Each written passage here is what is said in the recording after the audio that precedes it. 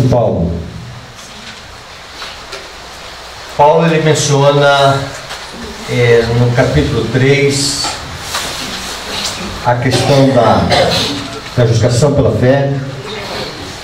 No capítulo 4 ele vai apresentar para nós que Abraão foi justificado pela fé. No capítulo 5, no verso 1, ele vai dizer: justificados, pois, mediante a fé, temos paz para com Deus por meio de nosso Senhor Jesus Cristo. Esta paz aqui não é aquela paz mencionada como fruto do Espírito. É uma paz que duas partes que estavam em separação agora são reconciliadas. Então agora já não existe mais inimizade entre Deus e o pecador. Temos paz para com Deus, uma paz mediante a reconciliação. Paulo então ele continua descrevendo no capítulo 5 a relação entre Adão e Cristo, e ele vai terminar no capítulo 5 de uma forma mostrando a manifestação da graça. Onde abundou o pecado, superabundou a graça. E agora nós queremos chegar ao capítulo 6. Bom se nós tivéssemos aqui um estudo verso por verso de todo o livro de Romanos. 6:1 diz: que diremos, pois? Permaneceremos no pecado para que a graça seja mais abundante? Paulo usa muito a questão de interrogação. Ele está trabalhando com os ouvintes e ele lança perguntas. Porque a graça é uma graça eficaz, é uma graça abundante. Vamos permanecer no pecado? E ele vai então responder de uma forma afirmativa: de modo nenhum. E agora ele vai apresentar aqui para nós algumas coisas que é bom a gente ter em mente. Como viveremos ainda no pecado, nós, os que para ele morremos? Então a primeira coisa que nós temos que ter em vista aqui, que a justificação ela traz morte para o pecado. Algumas coisas Paulo ele vai colocar aqui no capítulo 6, implicações na justificação pela fé. E na primeira delas, quando há justificação, há morte para o pecado. Quando se fala de pecado aqui, nós não precisamos pensar num pecado específico. Pecado aqui, Paulo ele vem colocando como um ser, como uma pessoa, como algo que nós morremos para ele. Dentro dessa visão, é a primeira coisa que nós temos em vista aqui. Na justificação, há morte para o pecado. Quando Jesus perdoa alguém, este alguém morreu para o pecado. E ele continua a linha de raciocínio. Ou, porventura, ignorais que todos nós que fomos batizados em Cristo Jesus, fomos batizados na sua morte? Fomos, pois, sepultados com ele na morte pelo batismo, para que, como Cristo foi ressuscitado entre os mortos pela glória do Pai, assim também andemos nós em novidade de vida. Amém. Então Paulo agora vai fazer aqui uma relação entre a morte de Cristo, o sepultamento de Cristo e sua ressurreição, mostrando a relação dessas coisas com a cerimônia batismal.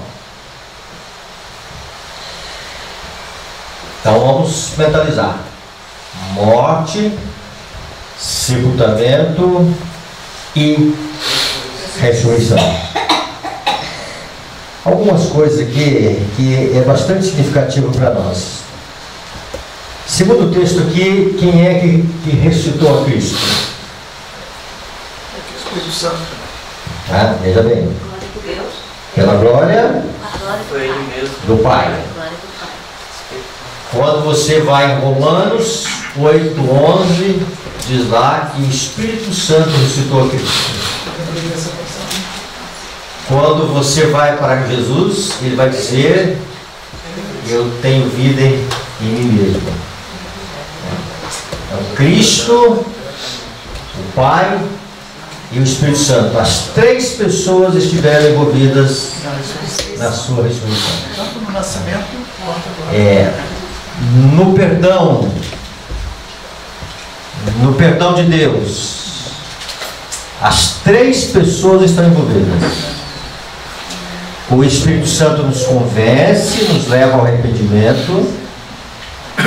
Cristo, então, apresenta os seus méritos, a sua intercessão, a sua mediação junto ao Pai. E o Pai ouve o Filho, porque o Filho se tornou, capaz de fazer tal petição para o Pai, porque ele pagou o preço da redenção. Então, as três pessoas estão envolvidas na redenção do homem. Quando nós olhamos aqui essa questão do batismo, e Paulo ele vai dizer que nós fomos sepultados com ele na morte pelo batismo, para que como Cristo foi ressuscitado dentre os mortos pela glória do Pai, assim também andemos nós em novidade de vida. Então aqui vamos mentalizar o batismo, uma cerimônia batismal. Tá? Quando uma pessoa ela está sendo batizada nas águas, ela está morrendo para o pecado. E Paulo vai completar essa linha de raciocínio mais adiante. Ela está sepultando a sua vida e ela está sendo ressurreta para andar em novidade de vida. Por quê? Diz: se fomos unidos com ele na semelhança da sua morte, não na igualdade de sua morte.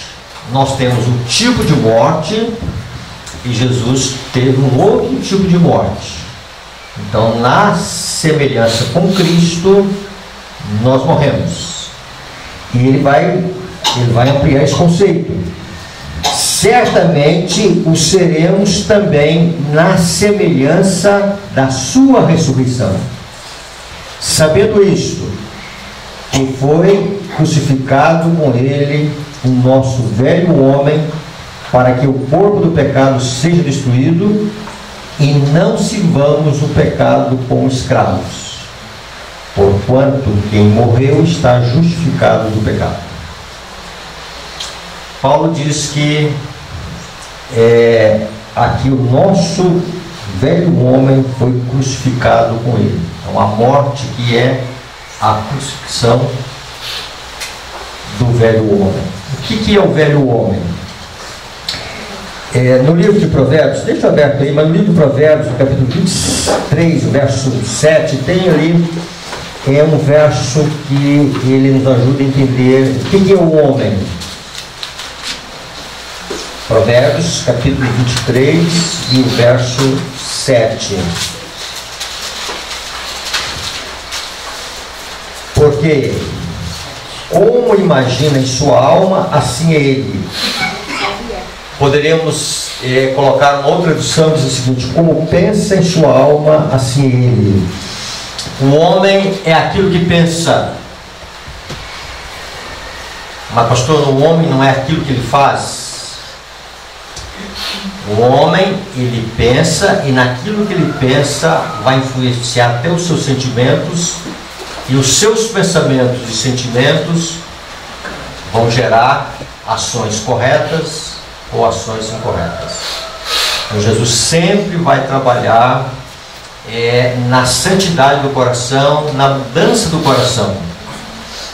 Se esse coração não for mudado, se essa maneira de pensar, se essa maneira de sentir, ela não for mudada, nada feito. Então, o velho homem, ainda dentro da visão de Romanos 8, 7, a gente já viu esse conceito. Romanos capítulo 8, verso 7. É um dos versos que ele precisa ser bastante compreendido para que nós possamos entender a questão da justificação pela fé.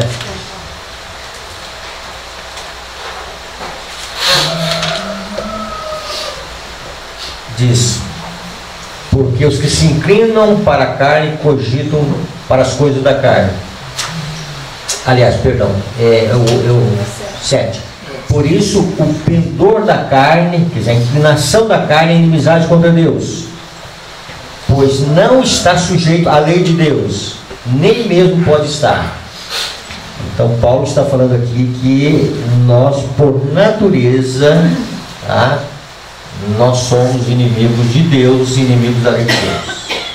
É isso que ele quer dizer de uma maneira muito simples. Quando nós olhamos lá em Gênesis 3,15, Deus dizendo: porém inimizade entre ti e a serpente. Porque a partir do pecado houve uma amizade natural entre a descendência de Adão e todos aqueles que vieram depois da queda. Então Deus precisa quebrar. E uma obra sobrenatural de Deus na alma é que faz esta separação entre duas pessoas que estão em amizade. Então agora Deus coloca, Deus trabalha para que a nossa mente ela seja uma mente regenerada, uma mente ela é transformada pelo poder de Deus, uma mente que é amiga de Deus, uma mente que ela vai se inclinar para as coisas do Espírito. Então o nosso velho homem é a nossa velha maneira de pensar, são os nossos pensamentos, são os nossos sentimentos, são as nossas afeições. Então este homem, quando ele é crucificado, esse velho homem, ele é crucificado, o que acontece? Há uma morte. Então na justificação existe a morte para o pecado, existe a morte para o velho homem, para que possa sepultar ali aquela vida de pecado e nascer um novo homem. Então o batismo ele tem que representar para nós que é um outro Jorge que aparece. Andar em novidade de vida. Aquele velho homem morreu. Então não existe justificação sem o velho homem morrer. Vamos guardando, tá? Na justificação existe a morte para o pecado. Na justificação existe a morte para o velho homem, Paulo diz: se alguém está em Cristo, é nova criatura. Para ser uma nova criatura, obviamente, a velha criatura morreu. Esse, irmãos, é tremendo, tá? Porque em algum momento, em algum lugar, uma pessoa continua com as mesmas ideias, os mesmos pensamentos, as mesmas perversidades no temperamento, o mesmo ranço, as mesmas picuinhas, a mesma velha maneira de ser. Ela tirou a convicção doutrinária de que antes ela tinha o domingo, agora ela tem o sábado, ela não come mais carne de porco, ela devolve para Deus o dízimo, ela crê na santidade dos mandamentos de Deus, mas ela continua com a velha vida.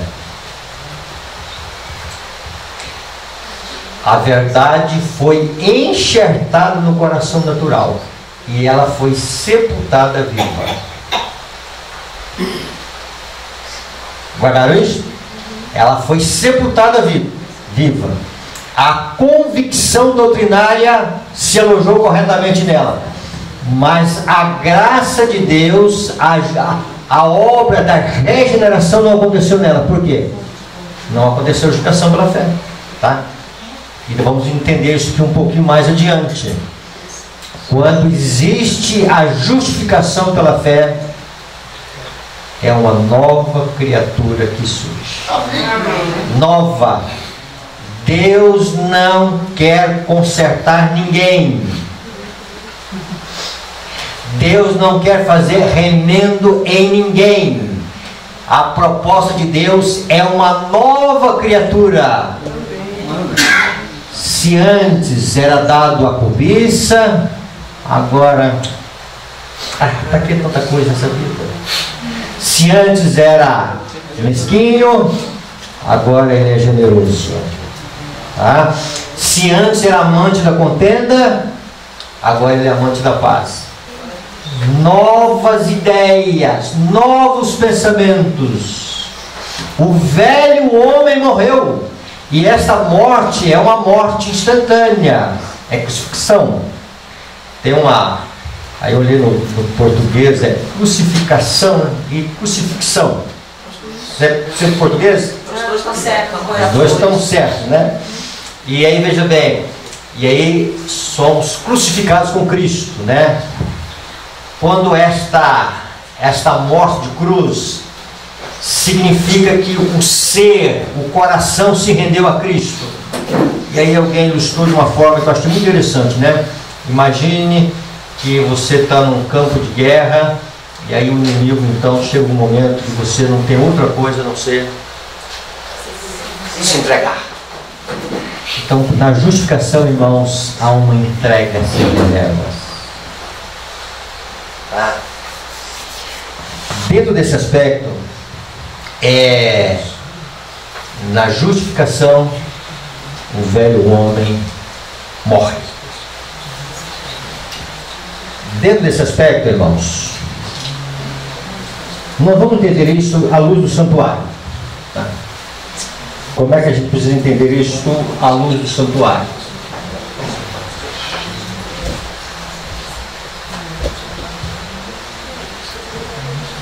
Isso aqui me ajudou ter esse quadro. Aqui nós temos um altar. Esse altar é o altar do holocausto, o altar de ofertas queimadas. O animal era, o pecador trazia o animal, confessava o seu pecado sobre a cabeça do animal. O animal era morto, colocado aqui no altar. E colocava fogo e subisse isso como um incenso, como uma fumaça de cheiro suave ao Senhor. Aqui nesse altar, o que isso aqui representa para Cristo, em relação a Cristo? O altar de sacrifício? É. A cruz. A cruz. Então aqui está falando da cruz. Cristo morreu. O salário do pecado é a morte. A alma que pecar, essa morrerá. Então Cristo, Ele veio, viveu no acampamento, se acampou, habitou entre nós. Então nós colocamos assim o pátio e depois o santuário em si, mas não podemos esquecer do acampamento. Então Cristo, Ele cumpriu primeiramente a fase do santuário no acampamento. Então Ele vem e Ele morre. Então a nossa culpa Ele a toma sobre si. E Jesus então, por causa da sua humanidade perfeita, e como homem Ele viveu a perfeição da lei de Deus. Em tudo Jesus foi perfeito. Até um sorriso que Jesus dava tinha perfeição. Até a fisionomia do rosto de Jesus tinha perfeição. Quando Pilatos olhou para Cristo e ele viu a serenidade de Jesus, ele viu que as acusações contra Cristo eram falsas. Cristo só disse a verdade. Nunca Jesus omitiu a verdade, mas sempre Ele diz a verdade como?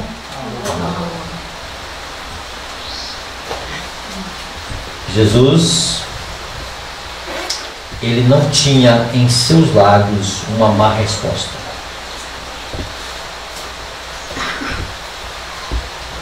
Nunca se elevou por aplausos.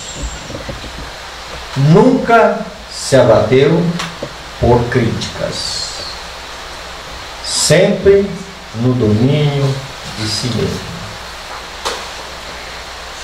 A excelência de todo o caráter, a perfeição de todo o caráter, o que tem de bom em todo o caráter, se encontrava em Cristo. Tudo que é nobre, tudo que é santo, tudo que é puro, estava em Jesus. Porque no acampamento Ele viveu essa vida perfeita, como um cordeiro sem mancha, sem defeito. O seu sacrifício foi aceito pelo Pai. E Ele morreu só no andar do santuário. Na parte externa do santuário, aqui está o altar, e o altar era feito de bronze. A pia feita de bronze. O bronze ele não aparece internamente. Internamente só vai aparecer o ouro e a prata. O ouro, símbolo da divindade. E o que tem de nobre na divindade? O amor. A prata, a redenção. Tudo apontando para Cristo.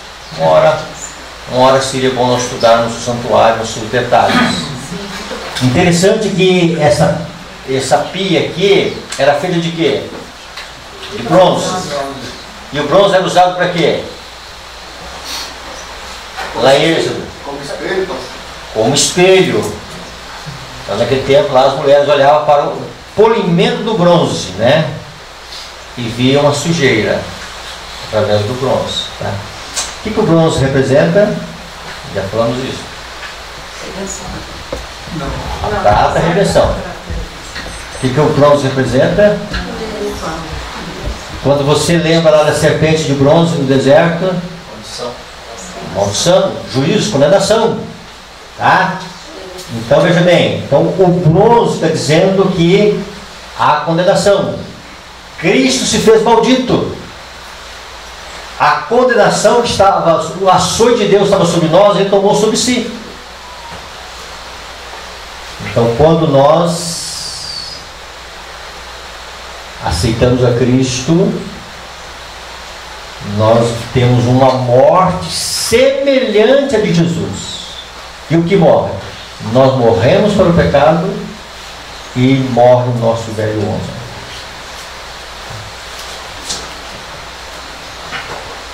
O que nós podemos visualizar nessa pia, dentro da visão do batismo? Purificação. Purificação. Tá, essa é a ideia de purificação. Tá? O pecado traz culpa e o pecado traz condenação. Tá. Mas dentro do simbolismo de Cristo, dentro do batismo, o que isso aqui representa? Então veja bem, aqui está morte, ressurreição, e aqui está a ascensão de Cristo. Cristo, ele morre, ele é sepultado. Quem ressuscita Cristo? Vamos dentro da visão de Romanos 8:11. O Espírito Santo ressuscita. Tá? O Espírito Santo ressuscita. E ele, depois de 40 dias, ele sobe para o Pai. Nós estudamos o livro de Efésios no capítulo 2. Nós estudamos o quê? Uns 2, 3 trimestres atrás. Lá fala que nós nos assentamos nos lugares celestiais com Cristo. Estão lembrados disso? Então é o seguinte. Então, aquele que é de Cristo, ele acompanha pela fé e ele está em Cristo no santuário celestial. Vamos assentar em lugar. Como vai se ver? Só para a gente entender isso, tá? Efésios capítulo 2, verso 6.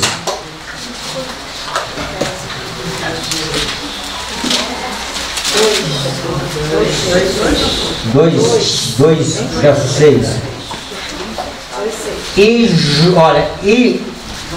juntamente com ele,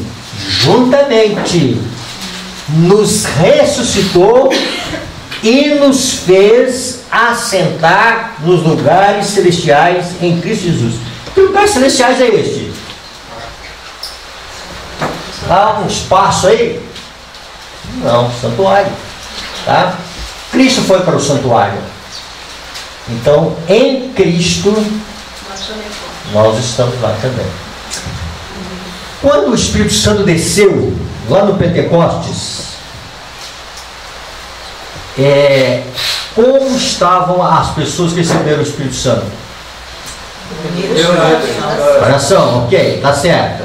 Mas em que posição? Irmão, a Bíblia é cheia de detalhes. Parece que são coisas assim que não tem sentido, né? Atos 2. Só para vocês nunca esquecerem disso, tá? E peguem os detalhes da palavra de Deus.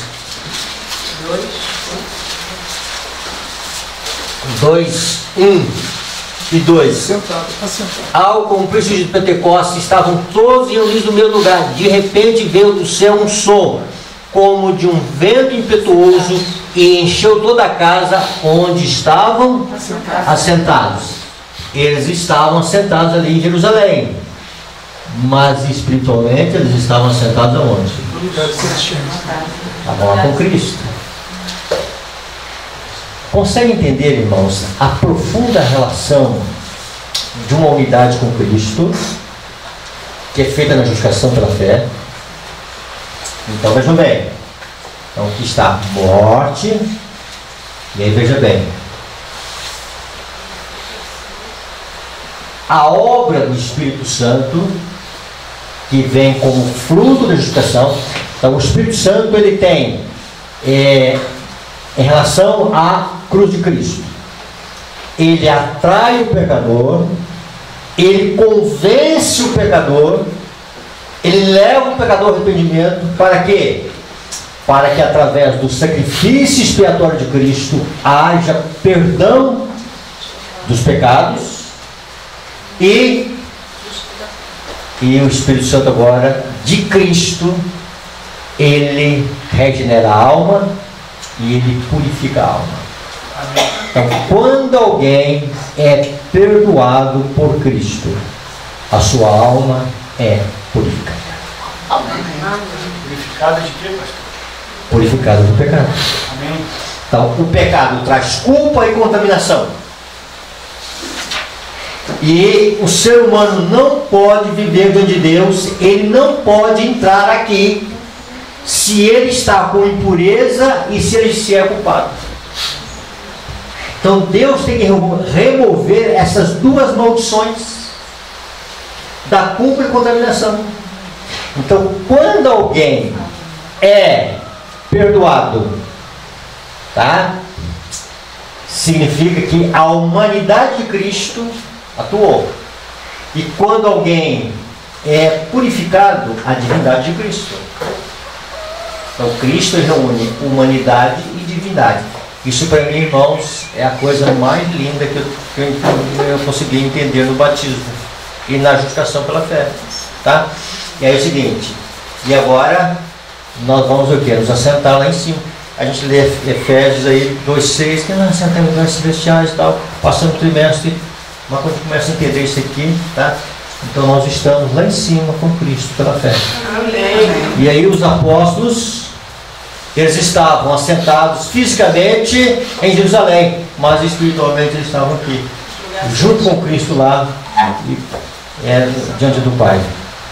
Cristo no futuro, nos fez passado. Olha aqui, juntamente com Cristo, nos fez assentar. Vamos voltar ao texto, para isso ficar assim bem memorizado na sua vida. Fala em Cristo. Em Cristo, né? Então veja bem, nós não vamos ao santo. Em Cristo. Cristo, em Cristo. Lê novamente o verso 6 aí, né? Juntamente com ele nos ressuscitou e nos fez assentar nos lugares celestiais em Cristo Jesus. Então nós fomos ressuscitados na semelhança de Cristo. Porque nós não fomos literalmente para uma sepultura. Então na semelhança, semelhança é uma ideia, não é uma igualdade, tá? Então esse é o sentido. Então voltando à questão do batismo, o batismo representa isso para nós, tá? Que alguém morreu, alguém foi sepultado, alguém ressuscitou. Ressuscitou diferente. Esse Paulo está dizendo para os romanos. E mais do que isto, a nossa esfera não é esfera terrena. Nós vamos para o céu. Antes, já estamos lá com Cristo. Quando a gente vai para... Só um pouquinho. Quando a gente vai para os 144 mil, em Apocalipse 14, diz lá que eles são seguidores do Cordeiro. Por onde quer o Cordeiro vá. O Cordeiro foi para o lugar santo. Agora o Cordeiro é no Santíssimo. Então, os seguidores de Cristo acompanham pela fé o ministério de Cristo no Santíssimo. Mas no caso, não são todos que são batizados que têm esse... porque há muitos são batizados, como o senhor disse, eles são vivos. Esses não estão nos lugares celestiais. E entre esses que foi sepultado vivo, nós corremos esse risco muito grande.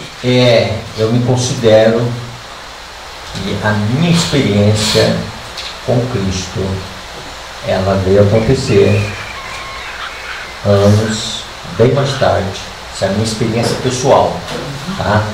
Eu fui entender realmente a luz do poder do Espírito Santo me jogando assim no pó da terra, clamando misericórdia a Deus. E aí eu só fui entender que era um novo nascimento quando eu comecei a olhar a palavra de Deus e vi que a minha visão da palavra de Deus não era a mesma mais. Mas pastor, doutrina diferente? Não. Só que agora as coisas eram discernidas de uma forma diferente.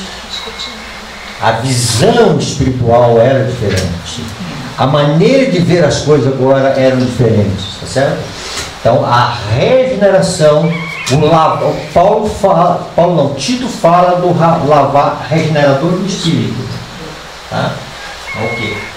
Então, aonde existe perdão, tem também pureza da alma.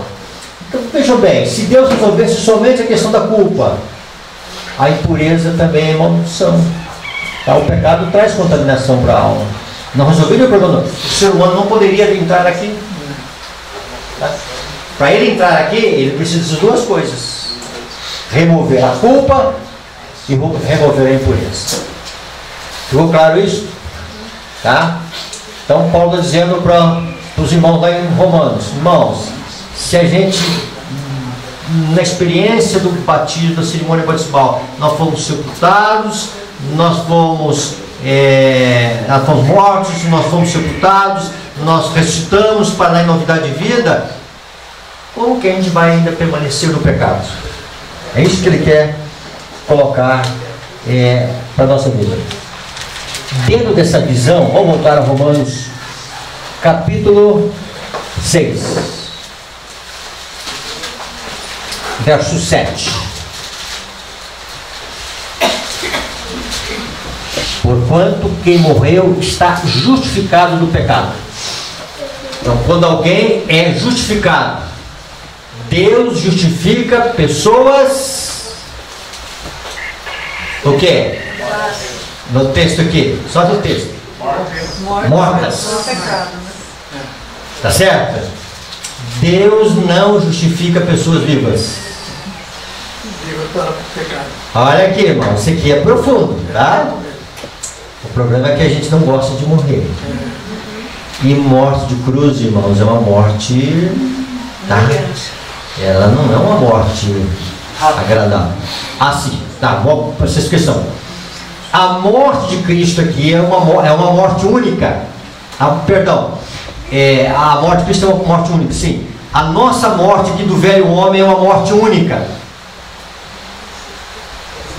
Depois do batismo, depois da conversão, depois da justificação,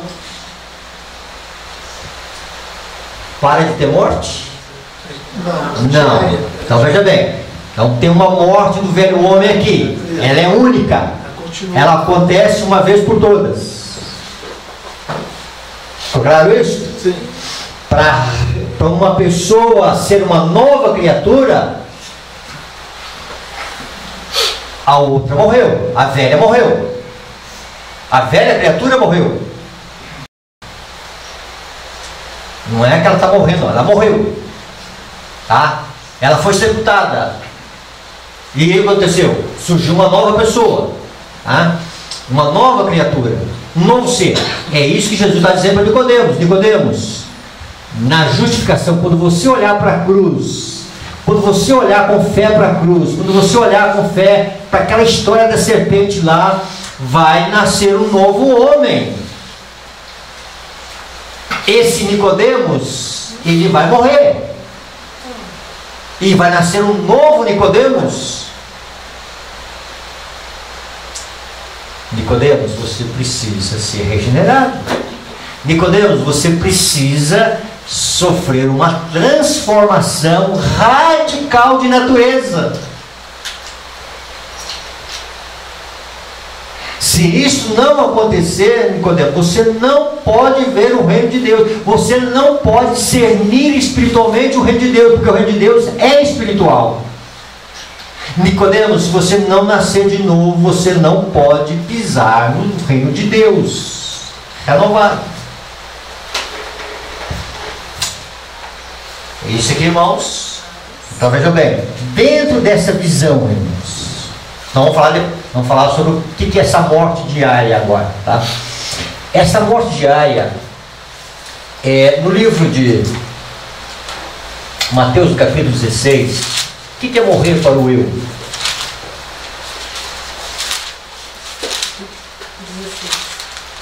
16 e o verso 24.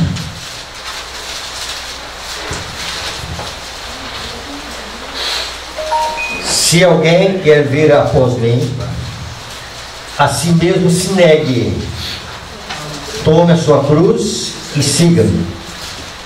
Então, que vida cristã tem cruz.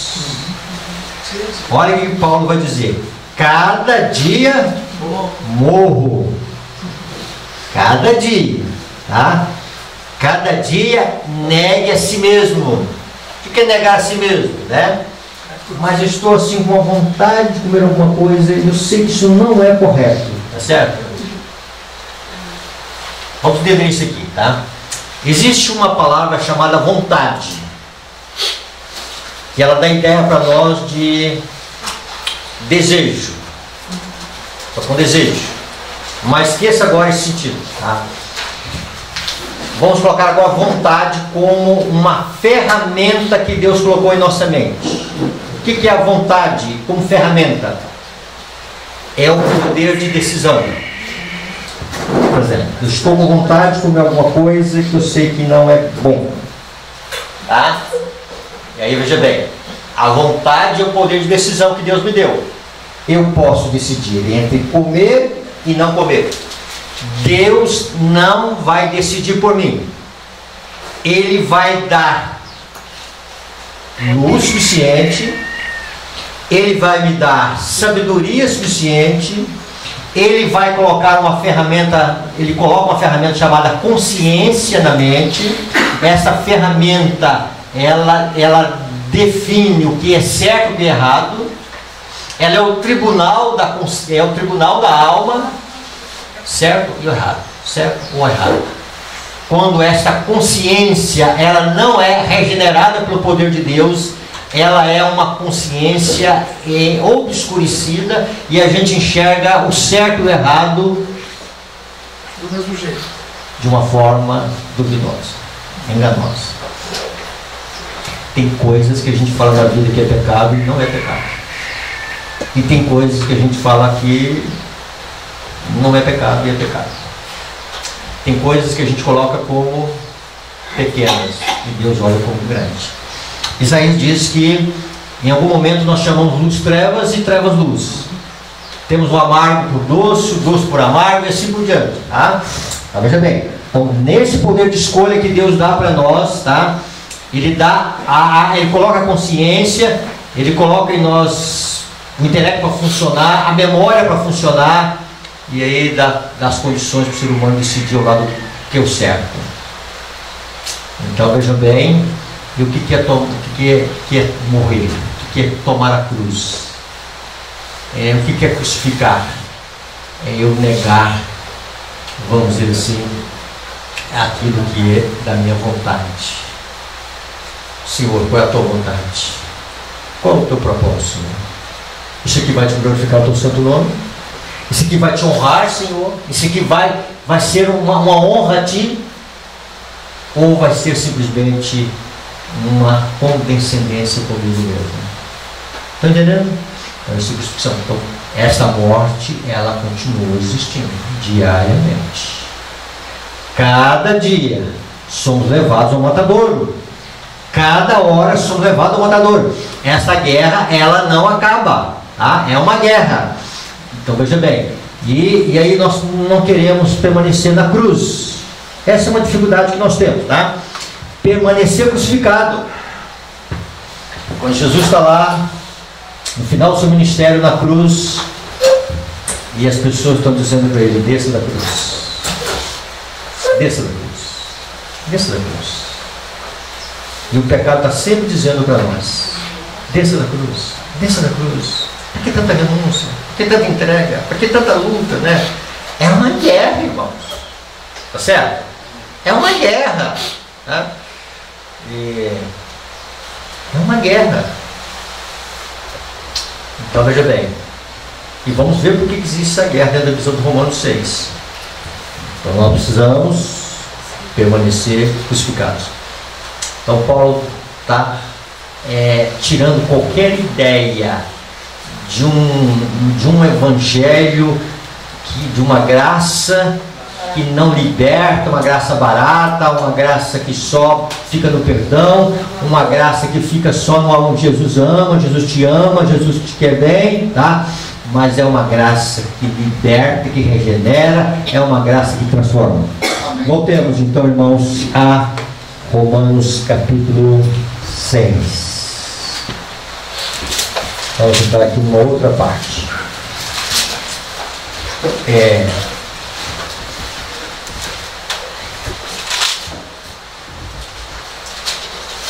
Verso 12.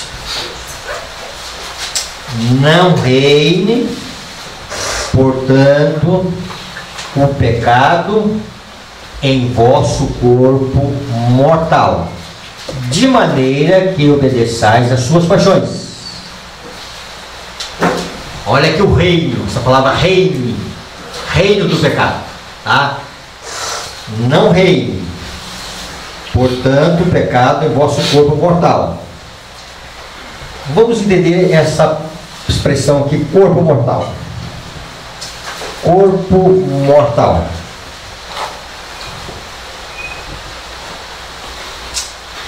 Deus, ele é a redenção, é Deus tirar o homem do cativeiro.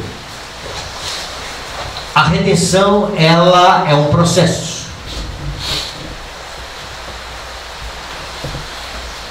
No mundo religioso, evangélico, em algum momento também a gente pensa assim, tá? Redenção é fomos libertos, parte sim. Nós pertencemos ao Senhor, por isso nós falamos aqui do pecado como um ser, tá? A uma pessoa. Então nós pertencemos ao pecado, tá? Lógico que esse ser, está pertencendo a esse ser, é o inimigo de Deus. E agora nós passamos a pertencer a um outro ser, que é Cristo. Mas ainda existe uma coisa chamada corpo mortal. Dentro dessa expressão corpo mortal, nós temos que entender o seguinte: homens que Deus honrou com luz e poder divinos confessaram a pecaminosidade de sua natureza. Nunca confiaram na carne, nunca pretenderam ser justos em si mesmos, mas confiaram inteiramente na justiça de Cristo. E é uma natureza pecaminosa. Enquanto nós estivermos com este corpo mortal, com esse corpo de pecado, que é o mesmo sentido, vamos ter uma natureza pecaminosa.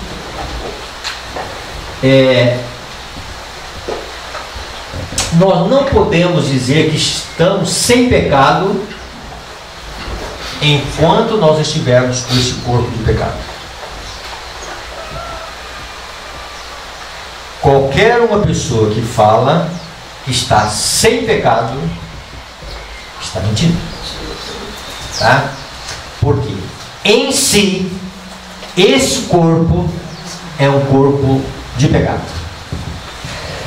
Dentro dessa visão, irmãos, o que Paulo vai dizer em Romanos capítulo 8.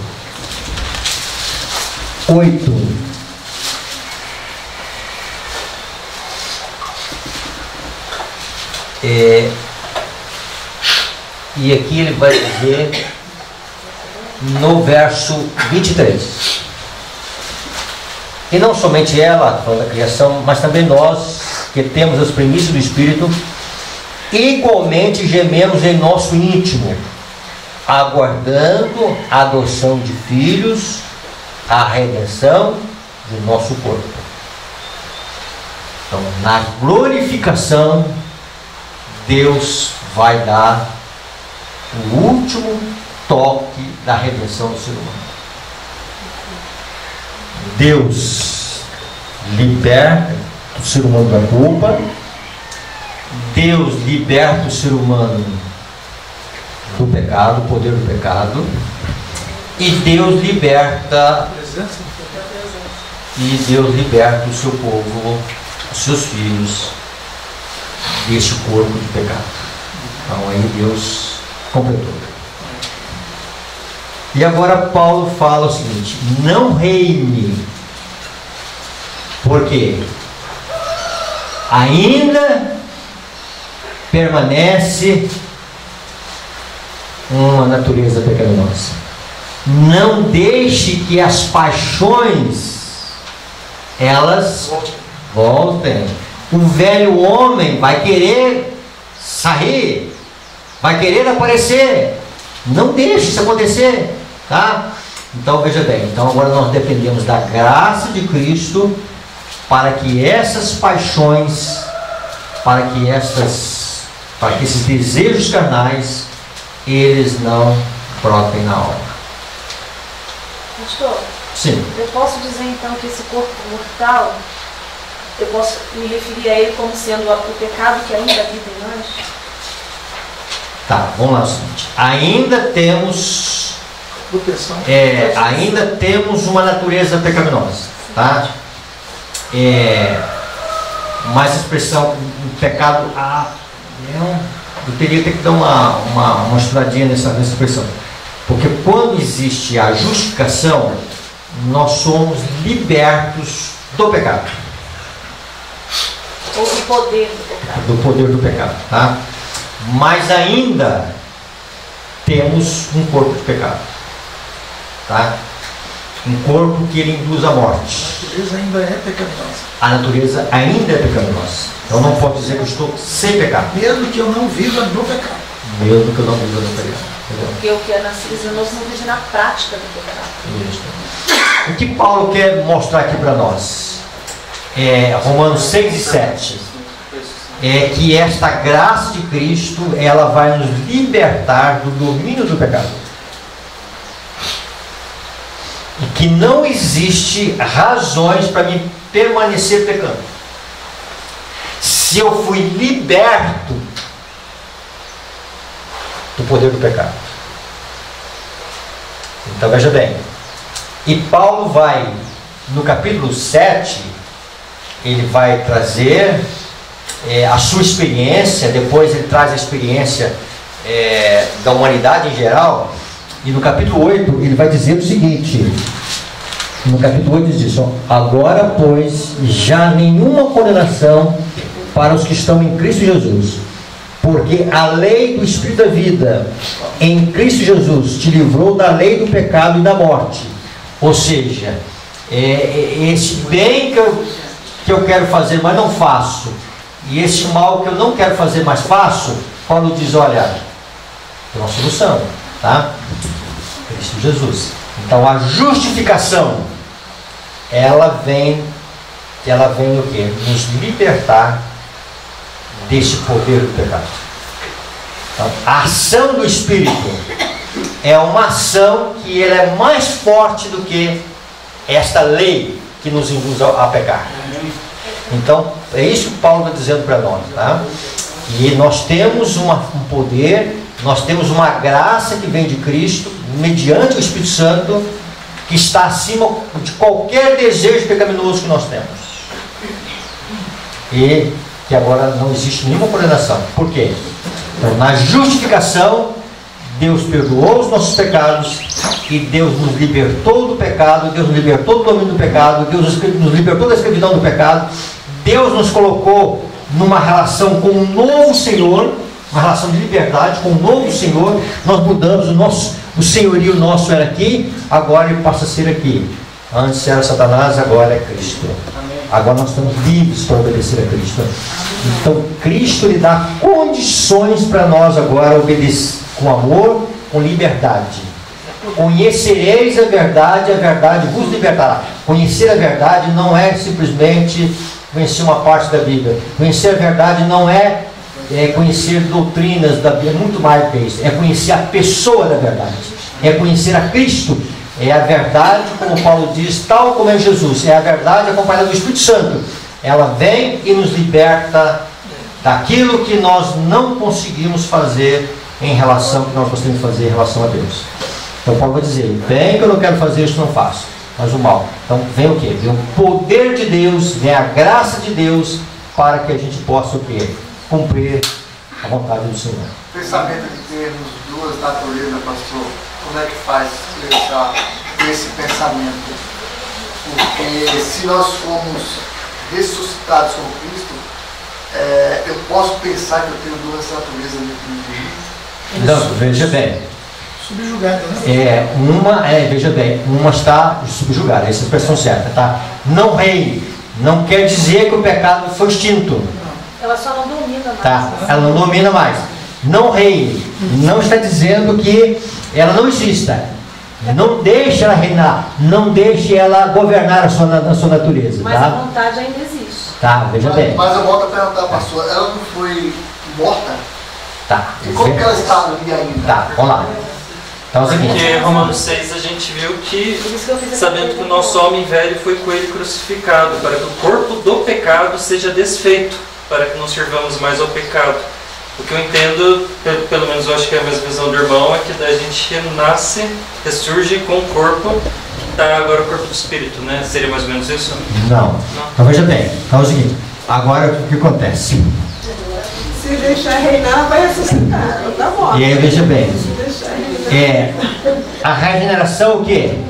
Quando se fala de uma nova criatura e de uma velha criatura, a maneira de pensar, a maneira de ser, a maneira de agir é a velha, tá?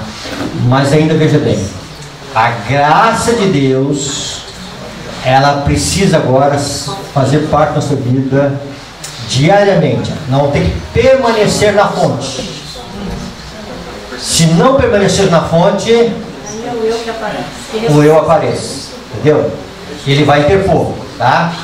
Então veja bem, aí Paulo vai dizer, esmurro o meu corpo, há uma escravidão. Paulo vai dizer que cada dia morro. Então nós vamos ter uma experiência seguinte, diariamente com Cristo. A tentação, vamos lá, vamos voltar ao que é a tentação. Só um minutinho, irmão. Pode falar, irmão. No santuário existia o sacrifício diário, né? Pela manhã e pela tarde. Talvez seja por esse propósito, não é? Sim, também, tá? Cada dia uma crucificação do nosso corpo, né? Sim, tá? Cada dia, uma experiência diária. Uma dependência diária, tá? Nós dependemos diário. Então, deixa eu ver aqui onde que eu... A tentação. Vamos lá. Em algum momento da sua vida, você já... Alguma coisa que você venceu na vida. Um pecado. Você percebeu que no início a tentação foi mais forte. Sim. E depois ela vai diminuindo, ela não consegue exercer mais aquele fascínio. Está entendendo? Hoje não domina mais. Tá? Então é o seguinte, então a tentação ela vai continuar existindo. Só que agora ela vai perdendo o seu poder de sedução, de fascínio, de força sobre nós, tá? Porque é o seguinte, nós vamos através de Cristo cada dia mais um outro tipo de transformação, a transformação do caráter. E aqui nós vamos entrar também, tá? O caráter ele não é alguma coisa acidental. Caráter é uma repetição de hábitos. Então Deus agora vai trabalhar para restaurar o nosso caráter. Em que sentido? Nós temos hábitos, nós temos conceitos, nós temos atitudes, e isto, repetindo, forma o nosso caráter. Dentro disto, nós transgredimos a lei de Deus.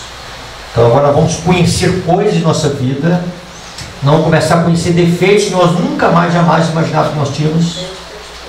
Então vai vir a graça de Cristo para restaurar o nosso caráter. E restaurando o nosso caráter significa que nós vamos dar morte à tentação. É por os nossos defeitos de caráter que Satanás tem domínio sobre nós. Visitei ontem, visitei a questão de uma cerveja, tá? Satanás dificilmente ele vai me rodear com bebida alcoólica. Mas ele vai ver o meu ponto fraco. No meu ponto fraco é onde a tentação encontra um gancho. Ela faz assim, ó. Se acaba esse gancho, entendeu? Como é que é difícil? Então, todos nós temos nossos pontos fracos, que são os defeitos. Quando nós olhamos para o jovem rico, ele era um transgressor da lei de Deus. Onde que era a transgressão dele? Aonde que era? De que maneira ele transgredia a lei de Não Deus? era o primeiro mandamento? Não amava Coração Deus de não todo o tá, coração dele. coração não tá. Preste Esse atenção. mandamento acho que ele transgrediu. Vamos lá. No que eu creio, ele estava sendo honesto com Cristo e disse: Senhor, vou colocar aqui no que ele está dizendo em outras palavras. Senhor, nunca, desde o meu início, minha juventude, nunca adulterei, nunca roubei, sou um bom filho do meu pai. Aonde estava a vida dele como transgressor da lei de Deus? Ajuda ao próximo. Preste atenção nisso aqui. Aonde ele era um transgressor da lei de Deus. O que Jesus viu nele como transgressor? O coração não era todo. Tá. Ele transgredia a lei de Deus no caráter.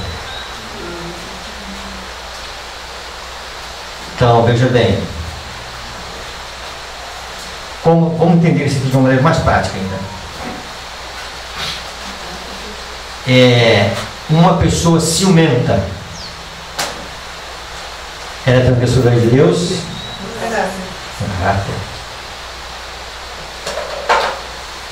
Uma pessoa egoísta. Olha lá, uma pessoa ciumenta. 35 anos de pastor. Nunca reunia a comissão da igreja para disciplinar alguém ciumento. Mas será que existe alguém ciumento na igreja? Estão entendendo, irmãos, como é que é a coisa? Estão entendendo? Então é o seguinte: esses defeitos vão sair da nossa vida. Vamos lá. Saul. Aliás, as irmãs da igreja estão cantando. Saul feriu os milhares, os 10 milhares. Se Saul não tivesse ciúme, desejo de supremacia, aquele cântico afetava a vida dele? Não. Estão entendendo isso? Então vejam bem. Então Deus trabalha para remover em nós os atributos satânicos em nosso ser. Amém. Então é o seguinte: essas coisas, algumas coisas vão querer brotar em nossa alma e algumas coisas eram desconhecidas em nossa alma. E agora vão começar a ficar claras em nossa vida. Amém. Então é o seguinte: vai começar agora uma guerra. Senhor, transforma meu ser, transforma minha natureza, Senhor. Ainda precisam de coisas, precisam ser ajustadas aqui.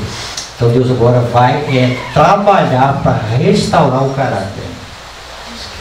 Então essas paixões aqui